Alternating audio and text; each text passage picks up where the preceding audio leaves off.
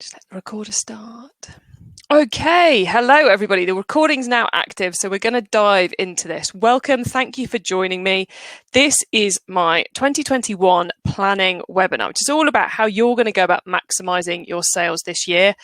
My name's Chloe Thomas and I'm from eCommerce masterplan.com. And if I can find yet another screen on my computer, then I can take us on to the next slide of our slide deck today, which is, I know most of you who are tuning in live to this are listeners of the podcast, or you have read one of my books. You're someone who's almost certainly already on my email list. So for you guys, this is probably going to be a bit of a refresher. But for those of you who are watching this once we put it on YouTube, or who've come on having only listened to one podcast episode, I thought I'd just give you a bit of background to me and to why eCommerce Masterplan exists before we get deep into the content. So I've been in e-commerce for over 15 years now. I started off working for a retailer in the UK who ran high street stores, a mail order catalogue and an online platform back in the early 2000s. We were selling gifts and had a couple of great Christmases there, then went to work for a mail order consultancy business, so ran the e-commerce side of a number of mail order businesses, mainly selling gifts, but other things as well. And that became a marketing agency, where we did a lot of things, eventually drilling down to mainly focusing on Google ads and Facebook ads. And then after running that for 10 years, I managed to sell it. And that has enabled me to focus exclusively on eCommerce Masterplan for the last few years, because eCommerce Masterplan is really a much better fit for what I'm trying to do in the world, which is helping e-commerce business owners make better marketing decisions to help them avoid the waste of missed opportunities and spending time on stuff you shouldn't be doing. And back in the day, 15 odd years ago, my main focus, my main way of doing that was one-on-one.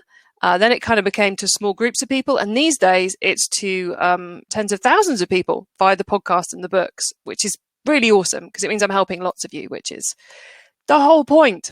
So what have you got in front of you on that screen there? Well, we have, we have something blocking it. So let's just hide that little button there. That should make it a bit more clearer, hopefully, in a second or two. So what we have, and now I've got another bar. Go back. There we go. You've got a sneak preview of the next slide there, everybody.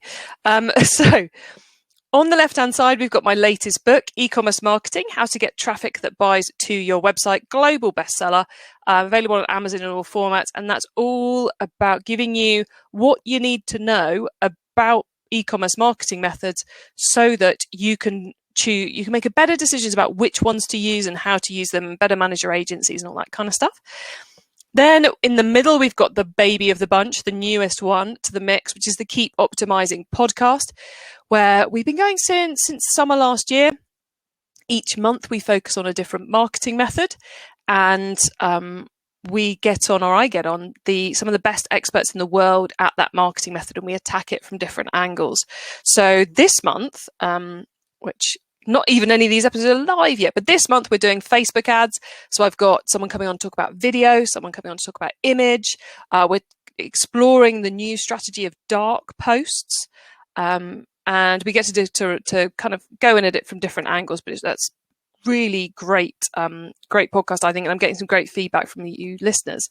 So I'm Jojo, who's here. Hey, sorry I haven't replied to your email yet. I will do that probably tomorrow now, but it's coming. I have read it. Jojo loves the Keep Optimizing podcast, so thank you. Thanks for tuning into the webinar too. And on the right-hand side, we've got the kind of like the daddy of it all, the eCommerce Masterplan podcast. Been around for over 5 years now, over 300 episodes out there, and multi-award winning. You can see the 2 awards. Love the lovely plexiglass in the background there behind me. And each week I interview a different e-commerce business owner who shares their story. Lots of great stuff planned in books and podcasts coming out for you later on this year, which I might touch on a little later on. But all of that you can find at ecommercemasterplan.com if you're not already together with it, you're not already subscribed to those things. Now, as I said, the reason I do everything I do is to help people like you make better marketing decisions. So that's what today's webinar is all about. You got a sneak preview of this slide a second ago. This is a rocket ship, which is essentially what happened to the world of e-commerce last year. I'm not going to bombard you with slides of stats because I suspect you've all seen them already. We're 5 years ahead of where we thought we would be. We're 300% up, 400% up, 1,000% up. These trends have accelerated. It's just basically true to say e-commerce kind of went boom last year because of the way that consumers reacted to the pandemic, because the ways they were forced to and the ways they chose to react to how things have gone. It's almost the case that if you're running an e-commerce business and you're not 200% up on 2019, what were you doing?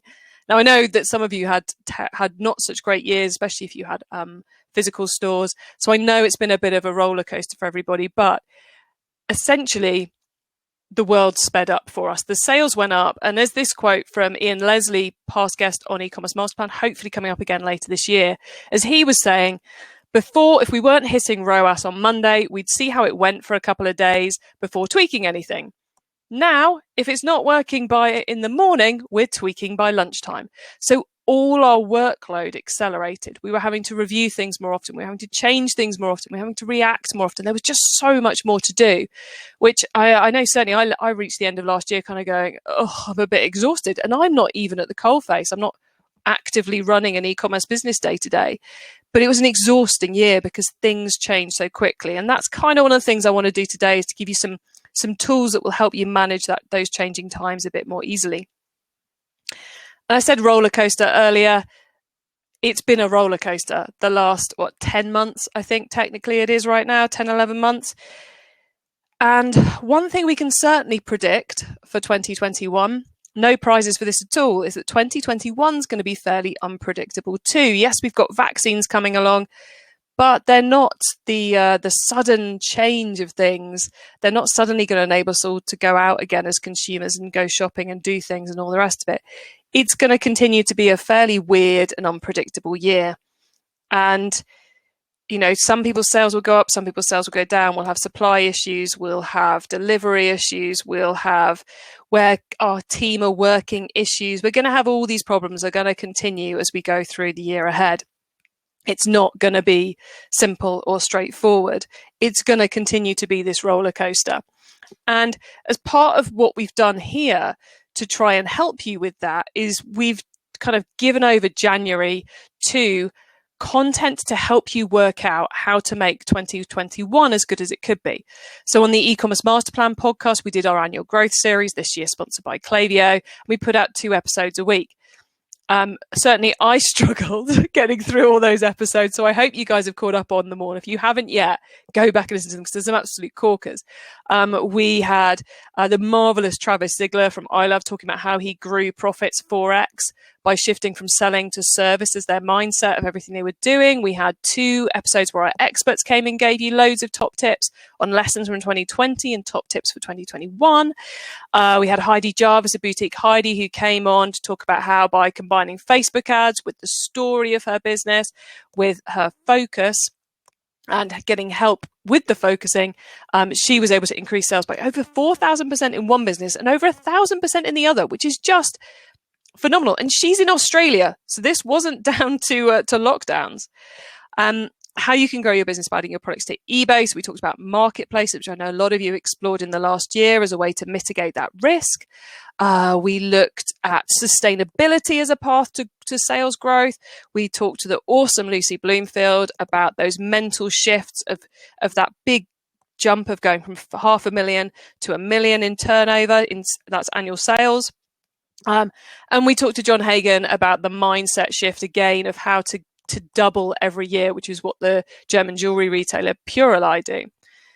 There was an awful lot there. And if that wasn't enough, we kind of continued the theme over on Keep Optimizing, where I decided rather than focusing on a marketing method, we would look at the e-commerce marketing foundations. Because what I found in 2020 was the businesses I saw and spoke to who were doing the best and surviving the best were those who had really solid foundations in place. They had the right tech stack, the right website integrated with the right marketing tools, because then they could do what they wanted. They weren't constantly trying to integrate stuff and just make stuff work. They had a team who were able to work despite all the pressures they were being put under. They had analytics that gave them the data they needed in an easy way to enable them to not spend time pulling together reports, but rather to spend time putting together actions and analysis and ways of moving things forwards. And they embrace storytelling, that softer form of marketing to create that emotional connection with customers, which is one of those big trends from last year, which we are going to see continuing through 2021. So across those two podcasts alone, and I know they're not the only things you guys are out there paying attention to, we did 12 episodes, so over 8 hours of interviews with 22 different guests, which must be, and I'll be honest, I haven't counted this, but it must be thousands of ideas. And I know you're all out there looking at other things, paying attention to other podcasts, reading other emails, talking to your friends. There are so many ideas we get hit with, which can leave you feeling a little bit like this. A little bit like you just want to scream, because it's like, so you get the live action version and the photo there. It's just too much. What do you do? And having all this stuff can just really lead to paralysis. And the problem with having all this stuff and feeling overwhelmed and having all these ideas is that success doesn't come from ideas. Okay, success is not, the most successful people are not the people with the best ideas. The most successful people, the most successful businesses are those who implement their ideas and then optimize their ideas. Because generally speaking, you can have the best idea in the world, but if you don't implement it, nothing's going to happen. And most great ideas need a bit of tweaking and optimization before they really start to perform. So if you want to be successful, you've got to work out what to implement it, and then optimize it. It takes time, it takes effort. It doesn't just come from getting loads of ideas. And how we go about doing that is what I want to take you through today. I want to give you some tools and some methods for working out what you should be doing and trying to keep yourself on that path to success. Quick sip of tea.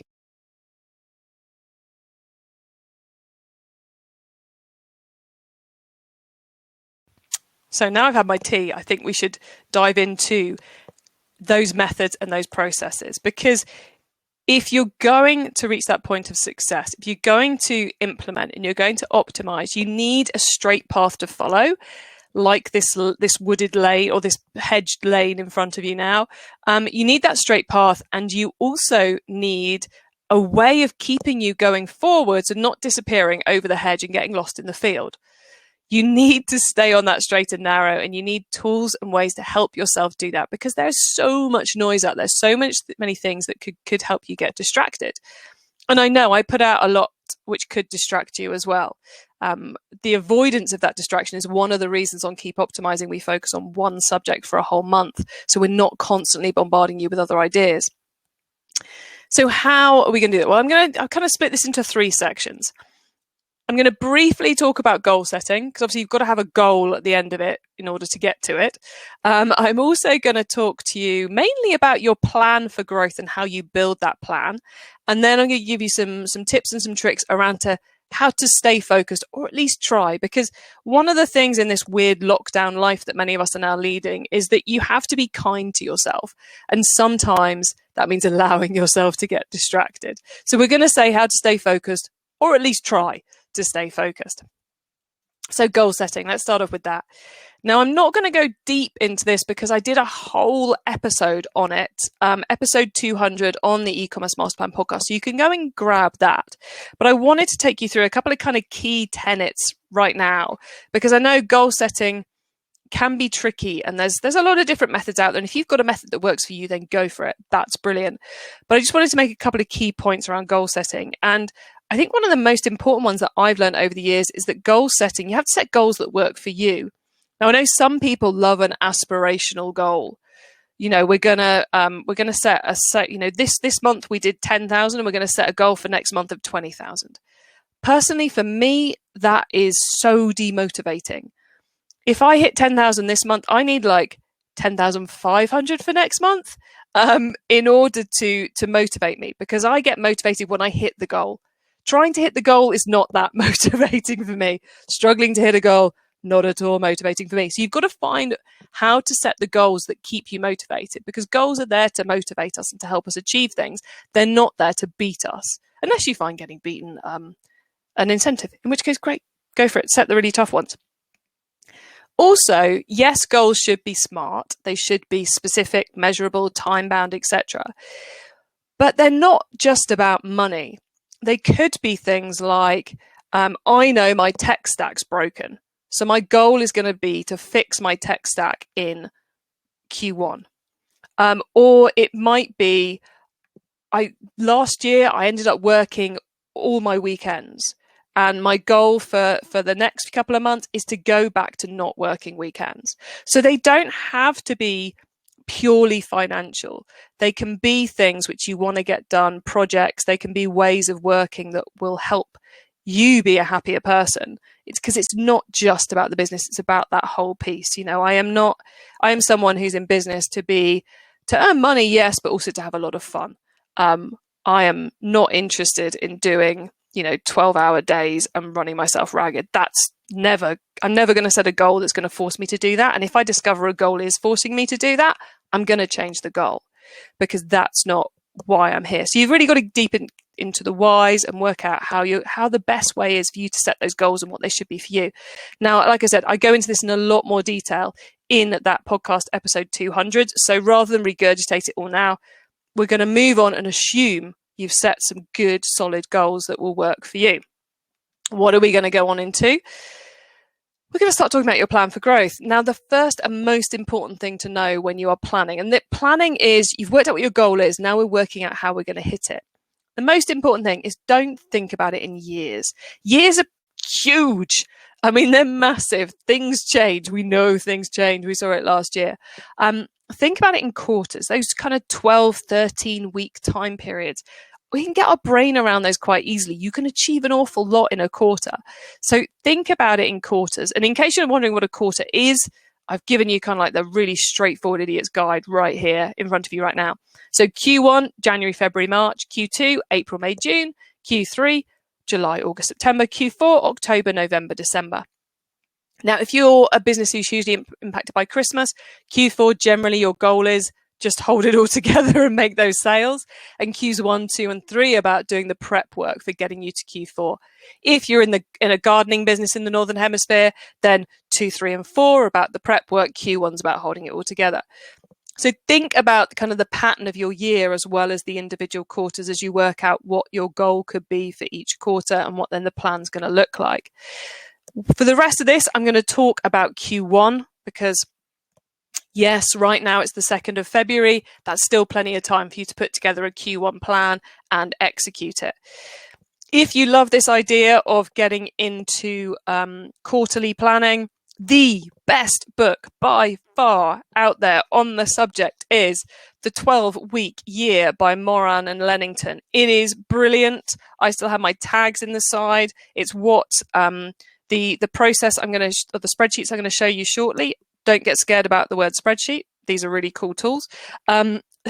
Is an evolution of what they teach in that book. So cannot continue this webinar without giving a big plug to those guys, because it is a must read book for anyone in business, in my humble opinion. Okay, so we're going to focus on Q1, January, February, March, and in each quarter, you can just about manage to deal with 3 pillars, 3 things you can set out to achieve in a quarter. One of those should always be money, because we're in business to make enough money to pay the rent, if nothing else, hopefully to have some money for fun and to be able to pay the staff and all those kind of great things too. So your money goal might be something like the profit you want to achieve. It might be the number of sales you want to drive. It might be turnover, so your total sales figure. Whatever it is for you, whatever that kind of big financial goal is, that's the one that's your first fundamental pillar, is your money goal. Then we have Project A and Project B. Project A and Project B could be anything, but they're 2 big things you want to succeed with in Q1. Now, Q1, you may be going, oh, but what we want to do is to change our website platform, and that's going to take us 9 months, not 3 months. Okay, so in that case, your project for Q1 becomes do our brief, and identify who our tender list maybe. You reach a specific point in that project. So project A might go across multiple quarters. Project B might go across multiple quarters, but identify what point it is you want to get to in Q1. So it's not that everything we achieve has to fit into 3 months. There may be bits which run through multiple quarters. Okay, so we're going to focus on these 3 pillars and just set 3. I know it's tempting to set 4, and I'll show you a method a bit later on which will help you work out, if you've got more, how to bring them down to just those 3 areas. But do try and do that, because otherwise there's just too much going on and it becomes too hard to actually achieve it. Okay, so what might project A and project B be? I'm going to take you through a couple of models of how to work this out for yourselves in a second. But first off, one very important thing that might be your project A or your project B, and that is, if something is broken in your business, fix it.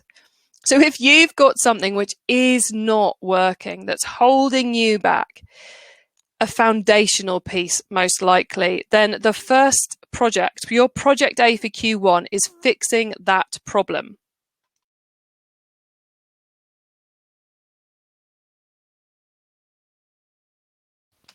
That might be finding a new courier. It might be migrating websites. It might be sorting out a payment problem that isn't working. It might be new packaging because your eggs are breaking. It might be that your email system isn't working. It might be that you need a new member of your team.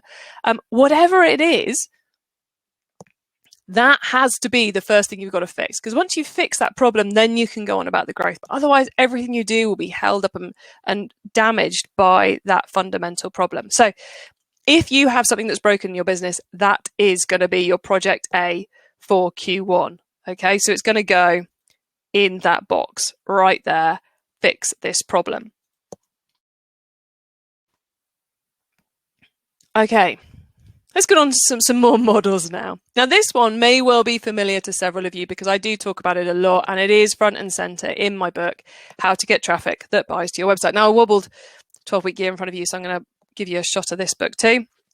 And it's my favorite model for e-commerce. It's one I've developed myself. It's one I use in my business to try and work out where I should be focusing each quarter. And it's all about helping you work out where to focus. That's why I developed the model. For those of you who haven't seen it, I'm going to quickly run through it and I'm going to explain to you how to use it as well. So down at the bottom, across the bottom of the screen, we've got the 6 circles, which are the customer relationship levels. And everyone out there in the world has a link to your business that makes them sit on one of these circles. So on the far right hand side, we've got your regular buyers. These are the people who buy from you again and again and again and again, and boy do we love them. The next one in is our repeat buyers. These are the customers who buy from you more than once. Okay, so they bought at least twice. Then we have our first time buyers. These are people who bought for the very, very, very first time. They've only done the one order, and we're going to do everything we can in stage 4 to get them to buy again. Inquirers are the next ones over. They are people who've given you their data, but they haven't yet bought. So I think email signups is the most obvious example there. Then we have our visitors, people who've made it as far as our website, and we have the world, which is literally everyone out there in the world. They may have heard of you, they may not, but they're out there somewhere. And the arrows in between stages 1, 2, 3, 4, and 5 are the things we do and where we focus in order to move people from one of those circles to the next. And at this point, I should point out that I am perfectly happy for someone to jump from being a visitor to being a first-time inquirer without inquiring in the meantime. They can leapfrog and take in stages 2 and 3 all in one go. That's absolutely fine. But our job as people running e-commerce businesses is to move as many people as possible from the left-hand side to the right-hand side as quickly as possible. And that means focusing our effort in one of those 5 stages. And let me quickly explain the arrows at the top for you. So the arrow that goes bottom left to top right, that's got CLV written next to it, that represents money. CLV stands for customer lifetime value, and it's just a visual reminder that the further someone goes from the left-hand side to the right-hand side, the more money they are worth to you. And then the arrow that goes down from top left to bottom right, that is a reminder that as we go from the left-hand side to the right-hand side, we're talking to fewer people. You have fewer repeat buyers than you have visitors to your website. Basically, that's what it's saying. So fewer people, but more worth. And then the conversation across the top, it's a reminder to keep things consistent, keep your messaging consistent, your branding consistent across it, because throughout this journey, you are building a conversation, a relationship with those customers. So your story comes in here, your branding, your tone of voice, the types of messages you put out there. Keep that consistent. And then the people in the world, when they hear about you, whoever they're hearing from will hear the same consistent message. But where this model comes into our planning piece is it enables us to work out which stage we should be focusing in. So project A or project B in your 3 pillars, maybe you need to work on stage 1 because that's where you're weakest. The first time you approach this, it's generally best to look at where you're weakest. Are we terrible at turning inquiries into first-time buyers? i.e., is there a welcome campaign you still haven't got round to creating and putting live? Because usually there's a few easy things we can do to quickly move things forward. So have a think, where are we weakest? Where's the biggest opportunity for us? Where are we leaving money on the table? And that's where to focus. Now, if you're thinking, oh, that doesn't make any sense to me, I'm going to show you a tool that fits in with this here, which is literally, and we'll include, when we send you the replay to this, I'll include a link to a Word doc download of this table. But this is the customer master plan model in boxes, basically. Grab this, draw it out on a piece of paper, download the Word doc I'll send you tomorrow, fill in what you're currently doing in each of those stages to make those changes. So what are you doing to turn visitors to inquirers? Write it down in the box. What are you doing to turn inquirers into first-time buyers? Write it down. At the top there, I've segmented stage 1 into 3 groups: shine a light, target customers, get found. Don't have time to run through that with you today. It's in the book, and I'll put a link to a guide to it as well when we send that round to you all. But fill in each of these boxes, and whichever box doesn't have anything in it, that's a really good place to start, because it means you've completely skipped that one. Often it means you've got not all 3 boxes in that stage 1 covered. So whichever one you've got nothing in, that's generally quite a good place to put as one of your key pillars, and then come back to this each quarter and go, right, let's fill in what we're doing now. Where now is our weakest area? And it may be that as you do this again and again, it's an area which you haven't revisited in a while. You know, if it's been 2 years since you've looked at how you turn repeat buyers into regular buyers, maybe it's time to go and put some effort into stage 5. So that's one very simple method for working out where to do some focusing over the course of a quarter, what one of those projects might be. Now I'm going to give you an even simpler method of working out what one of those projects can be. And this is one which I picked up from one of our past podcast guests. This is from PJ Jonas of Goat Milk Stuff, which is episode 128 on the eCommerce MasterPlan podcast. And PJ was talking about how she's grown her business, which sells goat milk products, to over $1 million in turnover. And one of the key things she does is each quarter, she focuses either on traffic, average order value, or conversion rate, which of course, as you I'm sure all know, are the 3 big levers that you can pull in order to grow sales in your business. So she maybe spends Q1 working on traffic, Q2 working on improving the average order value, Q3 working on conversion rates, and then Q4 is just about Christmas. But it's such a good way of focusing yourself on what are we working on this quarter. Are we going to work on improving average order value, tweaking our messaging, tweaking our segmentation to increase that? Are we going to work on increasing our conversion rate? Are we going to work on traffic? Because they're 3 very different disciplines. And the great thing is, if you focus on one for a whole quarter, then you really can see the impact it makes, because you're not going, well, the traffic was a bit good, but we also increased the conversion rate. So maybe it was the conversion rate. Well, I don't know. It's a great way of having some discipline around it to really understand your results as well, if you are just focusing on one per quarter. So that's two key models there for helping you come up with some ideas of how you might want to create those pillar focuses. Now, I was going to change my order of slides then, but I'm not. I'm going to stick to this one. This is is the other sheet. This is the other piece of working out which are the key ones. Because I suspect as we've gone through this, when I first said pick 2, you were probably going, I've got far more than 2 projects I want to do this quarter. And then as we've gone through those 2 models, you may have gone, oh God, I've got even more projects I want to do this quarter. So this is your sheet for working out how you go. Yeah, Joe's saying he's got a million ideas. I know, my problem as well. Far too many ideas, not enough time. So how we deal with having all those ideas and all those ideas for what we might be using to focus is we use this ICE method. And I didn't come up with this. This is a guy called Sean Ellis from Growth Hackers who came up with it. And it is really good. You may have heard a version of this before. We're going to run through it now. This is something you can use to decide what those key projects are going to be. It's also something you can use to decide, once you've worked out what those key projects are going to be, what tasks and what things you're actually going to do. You know, if you've got improved traffic, which is probably too big, let me say right now, in terms of a project. But if you've got improved traffic, you've probably certainly got a million ideas for how you might go about improving the traffic. So this is where you list out all those competing ideas. And this can be a great task to do with your team, if you've got a team working with you, to grade these, because we're going to grade each of these ideas by the impact it's going to make on the business. So is this something that has the potential to double your sales, or something that has the potential to add 1%?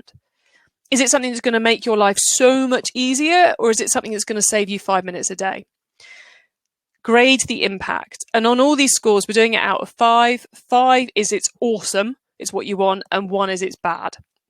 Then we have C for confidence. So is this something which you're really confident is going to work, or is it something that's a little bit left field and is just a crazy idea? So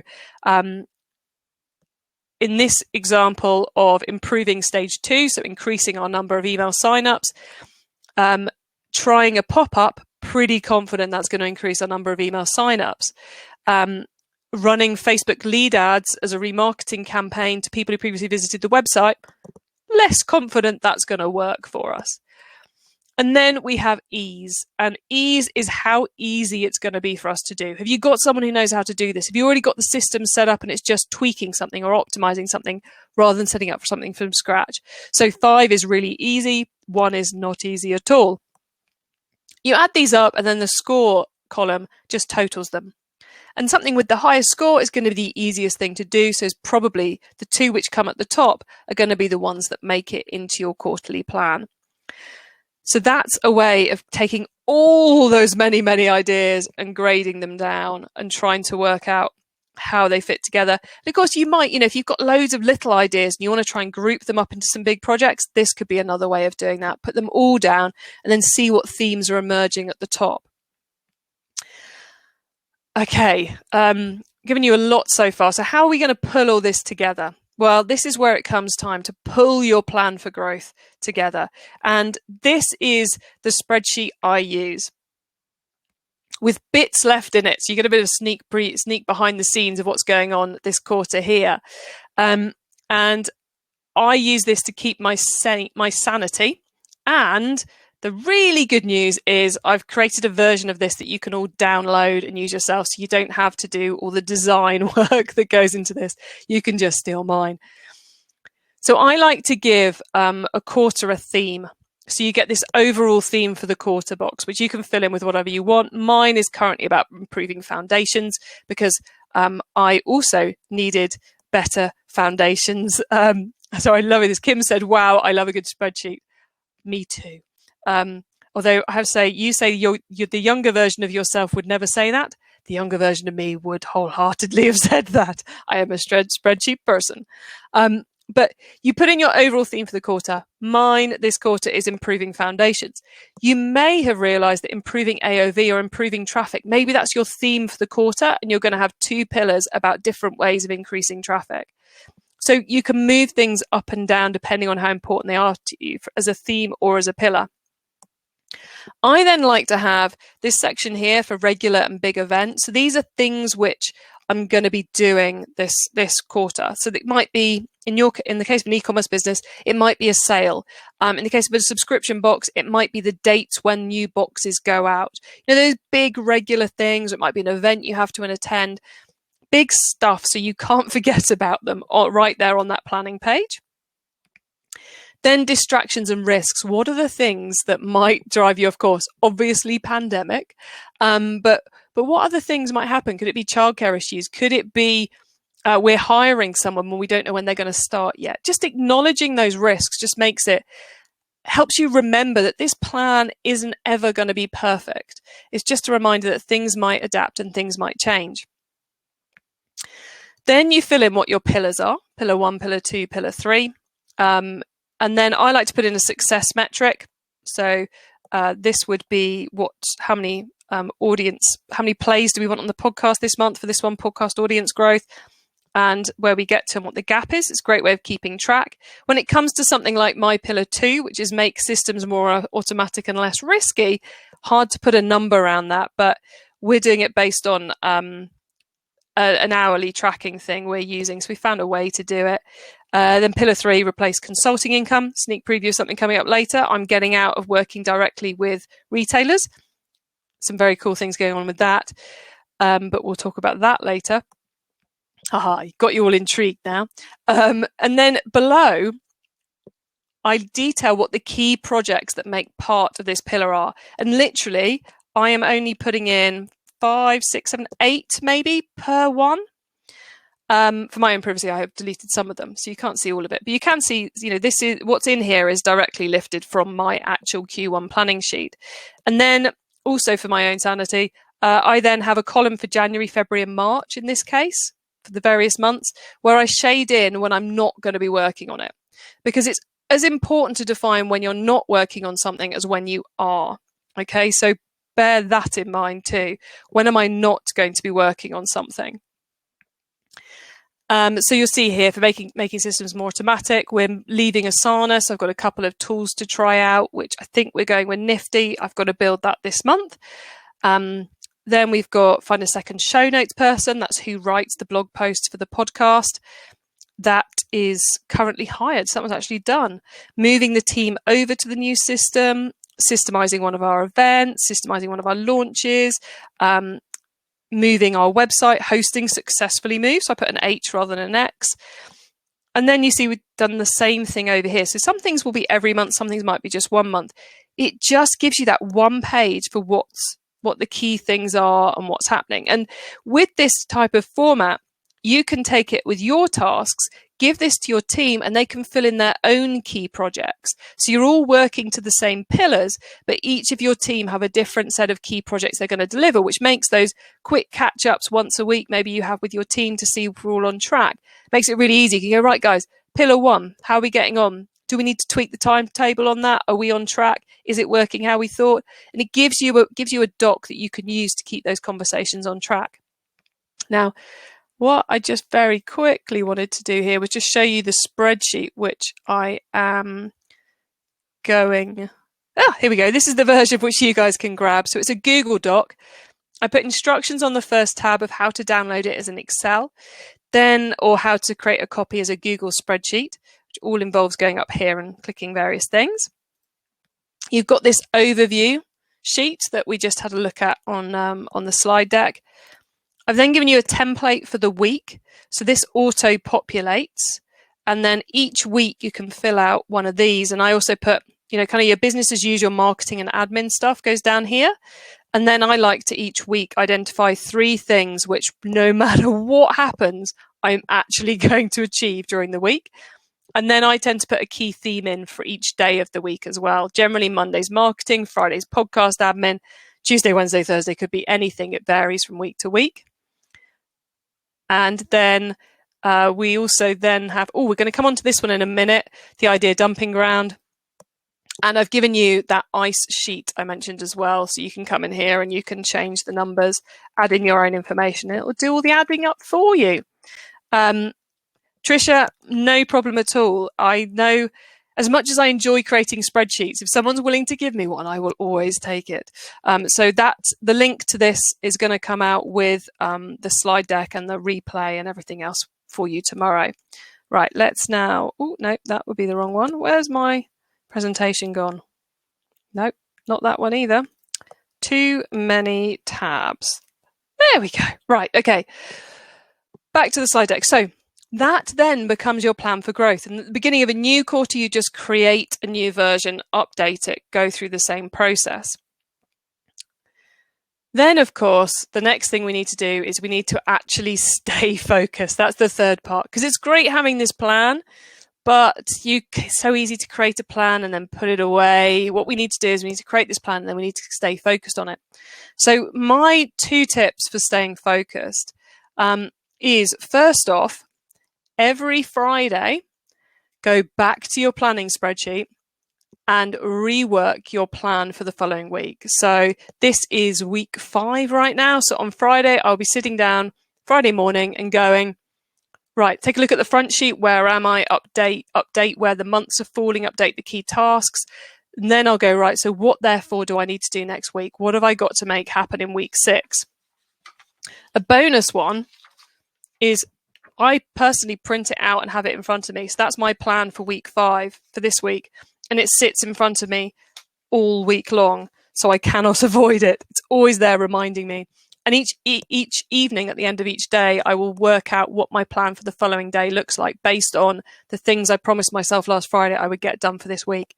So getting planned ahead and keep referring back to you. So I refer back to the week plan every day for the following day, and I refer back to the overall quarter plan every Friday in order to influence the following week. It just keeps things going well, keeps me on track. And of course, during that time, I'm amending my plans, things which aren't going to get done in the quarter, things which aren't going to get done this month and have to be moved, or sometimes things which happened a lot faster than I thought they would or were easier.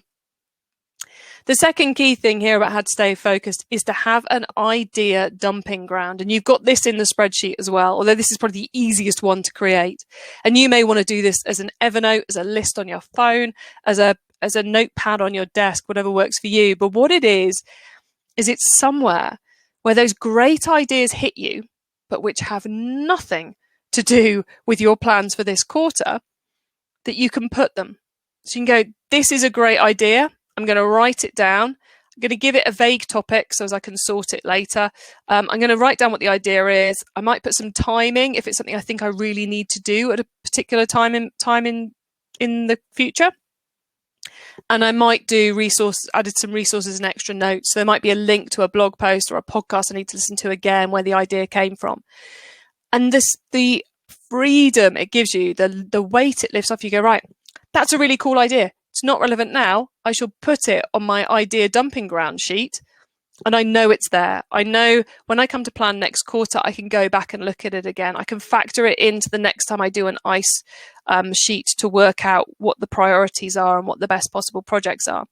So this is, whilst it's the simplest part of what I've shown you today, it's probably the most powerful because it just enables you to maintain that focus without feeling like you're neglecting any of the cool stuff you're learning as things, arrive and hit you and grab you as you're going for a walk or whatever else it is you're doing when you're reading and taking things on board. So those are my key tenets for helping you to stay on that straight and narrow path in the easiest way possible. And I think also the kindest way possible to ourselves as we do this as well, because that is half the battle these days, is finding ways to get things done without kind of adding to the pressures that lockdown and pandemic life is putting on us all. Now, just before I open this up to Q&A, I just wanted to let you know a couple of things we're going to be doing here at eCommerce MasterPlan to help you guys out this year. Strangely enough, we're still going to be doing the podcasts. So eCommerce MasterPlan, we have some amazing episodes coming up for you very soon with some really great guests. I'm about to start plotting who we're going to have on for the middle part of the year. So I'm really excited about that. And actually, now's a good time. Reply to any of the emails we ever send you and let me know what sort of stuff you'd like on the podcast, because I'd love your input into it. On Keep Optimizing, we are going to be covering Facebook ads in February. We're going to be doing email marketing in March. I think it's affiliate marketing and partnerships in April. So that's going to be really interesting. And then lots of other topics coming up for the rest of the year. So lots there to help you too. Maybe some of it will end up on the ideas dumping ground. Maybe some of it will be relevant to you in the quarter we put it out, but it's always worth having a listen. Then, as I said earlier, I'm getting myself out of working directly for one-on-one with retailers. And one of the ways in which I'm doing that is with the eCommerce MasterPlan crew. And this is a group of amazing consultants and specialists who I'm partnering up with to give you a group of people who are specialists in key areas of e-commerce who you can go to get great help, advice, and results. Some of them are people who will do stuff for you. Some will offer courses, some do coaching, some do mastermind groups. They are really cool. We're starting off with a really core group of 4 of them. I was holding up 8 fingers, it's really 4. And they will also be coming on and doing lots of podcasts with us. And to be fair, the first 4, you will know all their names because they've been on the podcast already, but really great people who are going to enable me to help you directly because they're set up to do that one-on-one help. Whereas these days, I'm far more set up to create books and podcasts than I am to do consulting or coaching. So I'm really excited about that. And we'll be bringing you more about that in the next couple of weeks. So that's coming up very, very soon. And literally, I am speaking to their customers to get references to make sure that the people we're recommending are properly as top-notch as I want them to be. So you can use them, you can buy from them, you can work with them with confidence. And because there's not enough going on this year, I didn't mention the book. I'll come back to the books in a second. We're also going to be running a virtual summit that will feature some of the members of our eCommerce MasterPlan crew and some other great content. That's going to be coming up in the summer. And then the books, my plan is to create 2 books this year, 2 new books. One will be about the customer masterplan model itself, and the other one will be about ways of improving performance outside of marketing. We'll see how that goes. Currently in the plan, but this year's been a bit more manic than I thought it was. Oh, Ronnie, thanks. Thank you. I'm really pleased you love the book.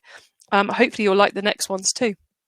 So, do we have any questions for me? If you could add them in the chat, guys, and I will do my best to answer.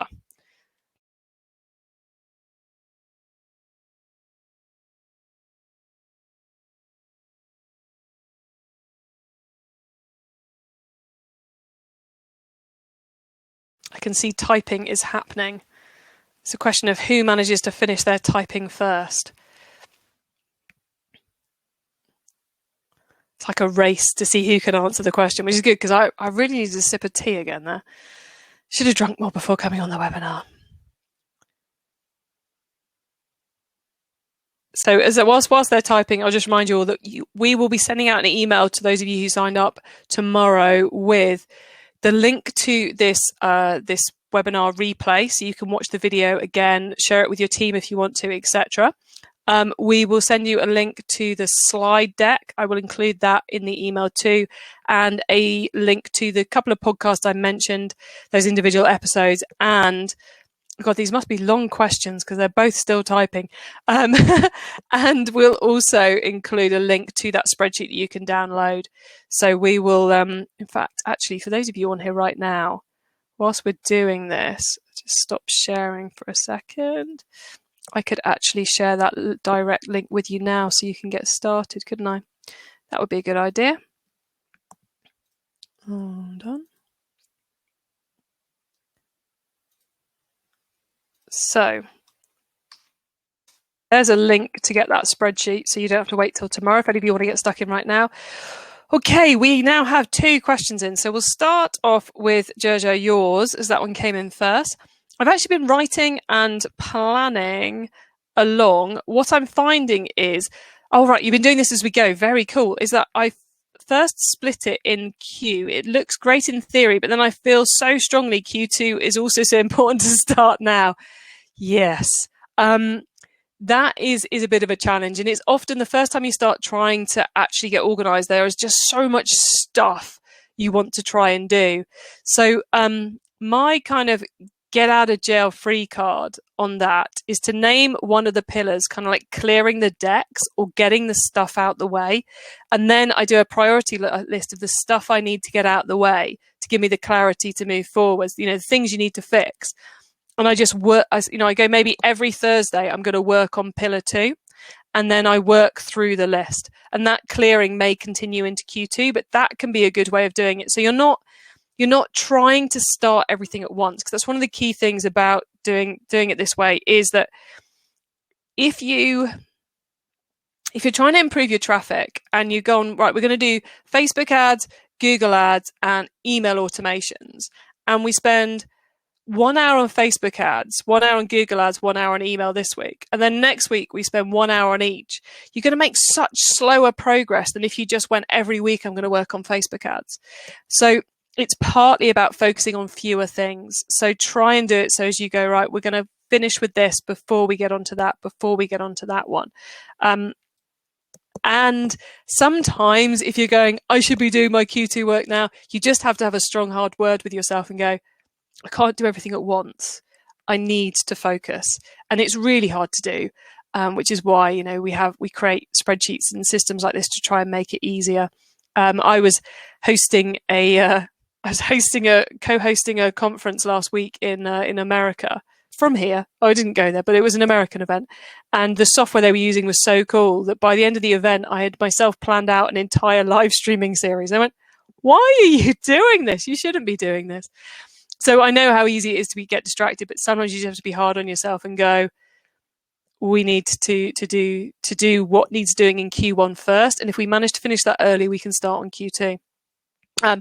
Trisha from paperboyoprints.com is saying, how do you tweak your marketing spend with your growth strategy plans? Oh man, that's a whole webinar series, Trisha. For me, any marketing budget starts with how much do we need to spend in order to, in order to sufficiently test this method. So we start with, oh man, the questions coming thick and fast. This is cool. We'll carry on for a bit past the o'clock, everyone, because I can see some great questions coming in. So in terms of the budgeting, I go, right, how much is it going to cost us to test this? Right, so you're probably going to put more cost in the budget to make sure you can test than you're actually going to end up spending. Once you get some results coming in, you can start to see the return on the investment of that marketing spend. So for what you're spending, what you're getting back in sales, then you can start to work out what your targets are. So it becomes a bit of an iterative process. For me, there's no hard and fast. If you spend £1,000 on Facebook ads, you should make back $5,000, because it depends on your product, your AOV, how well your website's converting, what your margin is. If you're only making 5% margin, that's going to be horrendous. But if you're making 60% margin, that could be good. So it's a tricky one, Tricia. So sorry, I'm not answering that more clearly. I guess in terms of aligning it with the timing, it's just about, I think I probably tweak my costs budget more often than I tweak any other plan in the business. Constantly moving things from month to month, tweaking them around to make sure that I know that my cash flow is going to be okay and I know I've got the money to support it. Tricia is typing whilst we do this, so I'm just going to try and fill for a second to see what she's coming back with. Oh, and just totally distracted here. Constant tweaking. I got it. Excellent. Thanks, Tricia. Sorry, it's not more in depth, but without getting spreadsheets out and everything, which, it's 6 o'clock at night here. And that's not the time for me to be creating new budget spreadsheets. So constant tweaking. I mean, I think back to when I first started and we create a full marketing plan and a full cost calendar for the full year and then stick to it, which, sticking to one for a quarter is kind of mad these days. Kind of mad. Jojo, I'm loving, he sent me a picture of his plan. It's very, very cool. I'm very impressed. Full marks, gold stars heading in your direction, sir. Right, we had another. Was that yes, I can share it? I think that might be a yes, I can share it. Let's see. Was it yes, I can share it? Yes, I can. Okay, here we go. Check that out, everybody. How cool is that? Planning happening as we go. Absolutely love it. Right. We'll turn that for a second because I know we had another question that I wanted to do. John asks, if this isn't too large a topic, if you had a brand new, which John is always a sign that it's going to be too large a topic. If you had a brand new website, what would you prioritize in your planning? How do you get over blank page syndrome? Okay, so I'm going to assume that we are talking about a startup. Okay, so not just a brand new website for an existing business, but a brand new e-commerce business. Yes, we are. Okay, cool. Thank you, John. On that basis, where I would start is I would start on trying to build out the initial marketing that brings in the traffic. So I would be trying to work out who my audience are and what the right messages are to put in front of them. So that means, can we find an audience on Facebook ads, which is going to bring them in? Can we find search terms that they're doing on Google ads, which are bringing them in and then them buying? So I'd make sure your website is definitely checking out for the unknown customer, but then I would spend a lot of time trying to find what the right traffic sources are. A lot of testing, a lot of giving it a go, a lot of seeing what's happening. The other key thing I would really work hard on in those early stages is what the right message is. I interviewed John Tabis, the founder of Bouq.com, which is a US flowers by post, like an online florist. And when they were doing all their testing just after they started up, they realized that what was happening was they thought their customers were going to be men buying for women, but then they very soon discovered that actually 80% of their customers were women buying for other women and buying for themselves. And that was a full pivot on all the wording, basically, on the whole of their marketing. All their messages had to change because it wasn't men buying for women, it was women buying for friends and women buying for themselves. And that was a total 180 on pretty much everything to do with how the brand looked, acted, spoke. So try and make sure you're getting to grips with who the customer is and what the voice is, because in those early stages, what you're trying to work out is not just, can I sell stuff, but it's, can I create a business that's actually going to work for me? So can you find customers? Can you find customers in a way and at a cost that means you can actually make money and that you've got enough space to grow? By which I mean, if you want to grow, you've got to pay for sales. And in order to pay for sales, there's got to be enough margin to make it all balance out in the end. So I would start with a lot of traffic driving, a lot of stage 1 activity, but make sure you've got those email signups in place on the site and you've got a site that's checkoutable. So you've got those basics there, and then really focus on finding the right traffic methods. And yes, there's a big old blank sheet of paper there, John, but trust me, it's going to fill up really, really fast. Kim says, outside of ads, what methods do you recommend for getting new leads? Well, there's plenty of them. You have to find what works for you. Sorry, that's me buying time. My mouth is moving whilst my brain is trying to formulate the right answer. The key thing to know is that if you really want to grow right now, you have to do ads. It's always been the case. If you want to grow fast, ads is the way to go at it. I'm laughing because I'm looking at the comments. So sooner or later, you're going to have to spend money on Facebook ads, on Twitter ads, on LinkedIn ads, on Google ads, on advertising on podcasts, on whatever it is that enables you to get a volume of content in front of your audience. SEO can still pay dividends and should never be forgotten, but it takes time. Certain organic social media can work, but can be hard work. So let me just remember, Kim, you tell me your business at the beginning, which is Bawdy Books, subscription box pairing sexy romance books with erotic toys. For you, I would, outside of the ads, the thing I would be doing is I would be leveraging influencers in both the push and the pull method, by which I mean turning yourself into a bit of an influencer. So getting onto people's podcasts, writing guest blogs for other people, so you get that awareness that way. But I'd also be trying to get, I'm sure, I don't know your sector terribly well, but I suspect there's people out there running this type of podcast, this type of YouTube channel on this content, running blogs on this content. So getting them to review you, maybe financially incentivized, maybe just for free product, that could be a really, really powerful route to get in front of your target customer. But essentially, it's anything which is going to enable you to get in front of your target customer at a cost that works well. And yeah, when you're talking sexual wellness, buying ads is indeed quite difficult, but it's possible it's possible to find other ways to get in front of that audience. So it always comes back to, when you're trying to find the right marketing methods, it's how can I get in front of my audience in the most cost-effective way possible, which of course should incorporate both the amount you spend and the amount of time you spend doing it, because that can be equally challenging. Right, I think, are we out of questions here?